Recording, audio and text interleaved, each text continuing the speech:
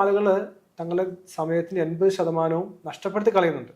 അപ്പോൾ എങ്ങനെയാണ് time audit നടത്തേണ്ടത്, എങ്ങനെയാണ് സ്കെഡ്യൂളിംഗ് ചെയ്യേണ്ടത്, എങ്ങനെയാണ് ടൈമിന് ബാച്ചിങ് ചെയ്യേണ്ടത്, എങ്ങനെയാണ് നമ്മുടെ ജീവിതത്തിൽ പ്രയോറിറ്റൈസ് ചെയ്യേണ്ടത്, ഇങ്ങനെ ധാരാളം പ്രിൻസിപ്പിളുകൾ സ്റ്റെപ്പ് ബൈ സ്റ്റെപ്പായിട്ട് ഈ പുസ്തകത്തിൽ വിവരിക്കുകയാണ്.